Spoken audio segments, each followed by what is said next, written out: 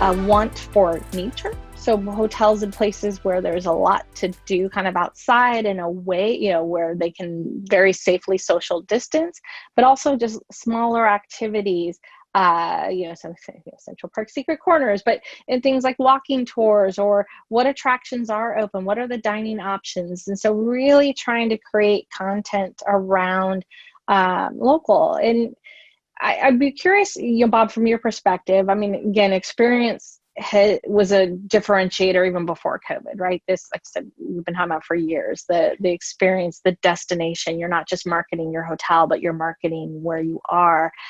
How do you think hotels should consider enhancing that experience in this post-COVID era?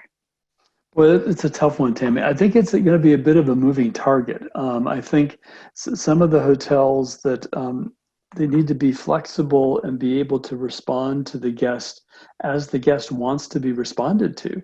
And until they walk in, or until you have that first phone conversation with them at a point of reservation, if that's the case, you may not know. Some guests may want to isolate themselves in their room, which means the hotels that were designed recently that have all of this social gathering space off the near the lobby area that may be empty. We've heard from a couple of hotel companies and a couple of advisory board members that said when they had these big occupancies on Memorial Day weekend, the number one guest complaint they got was not about the hotel. They said the hotel did everything beautifully, but it was about other guests who were not social distancing or taking precautions where they should have been. So those are some of the things that you can't plan for necessarily, other than doing the best job you can to provide an experience to each guest one at a time, and try and identify what are some of the sensitivities they have, and making sure they're respectful of the other guests to the extent that you're able. So I think that's going to be a challenging one from an operations perspective going forward. Once people are on property, how do you really touch them differently? In the pre-arrival funnel, I think there's a number of things marketers can do to make sure you're listening and hearing the comments and things that they're saying in terms of why did they make the decision, or any special requests. Do they have the ability for the keyless entry, and can they text somebody if they need something, contactless environment. But somebody may not want a contactless environment. So every customer is going to be different. So that experience, I think, has now been bifurcated once again. That's going to make it more challenging for operators.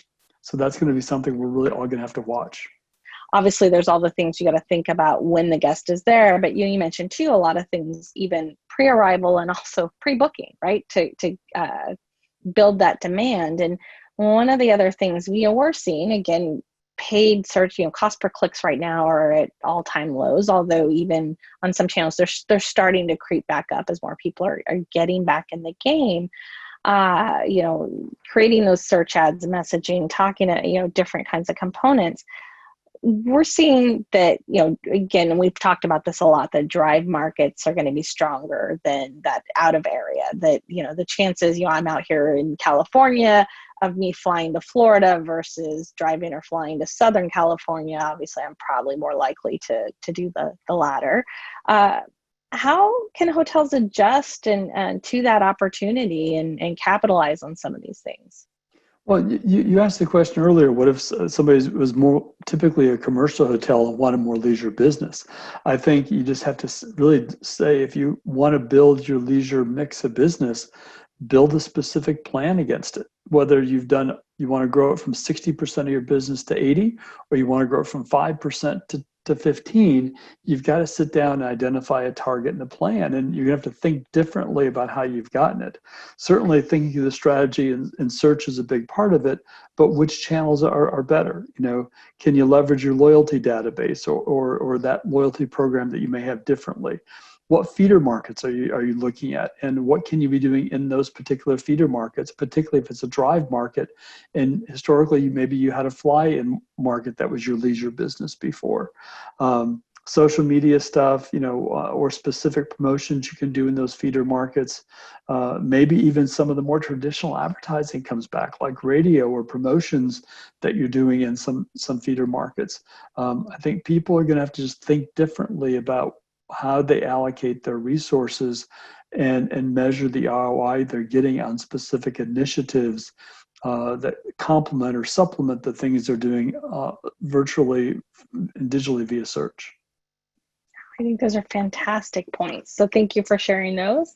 I'm going to, in the interest of time, move on to the third component, which is driving conversions. And, we talked a little bit here about dining options, again, thinking through that a lot of hotel restaurants either aren't open yet or are starting to open back up, and packaging in a way so that I don't have to try and find a restaurant in my local market that's open. Hearing a lot of things on contactless menus, QR codes. And I know we're doing some of that for our customers as well. From a packaging standpoint, from a pricing, kind of building demand, building that conversion standpoint, do you have any guidance on things like pricing, discounting? I know the revenue optimization side of the coin is don't discount, don't drop our rates. Would love kind of your take on that question.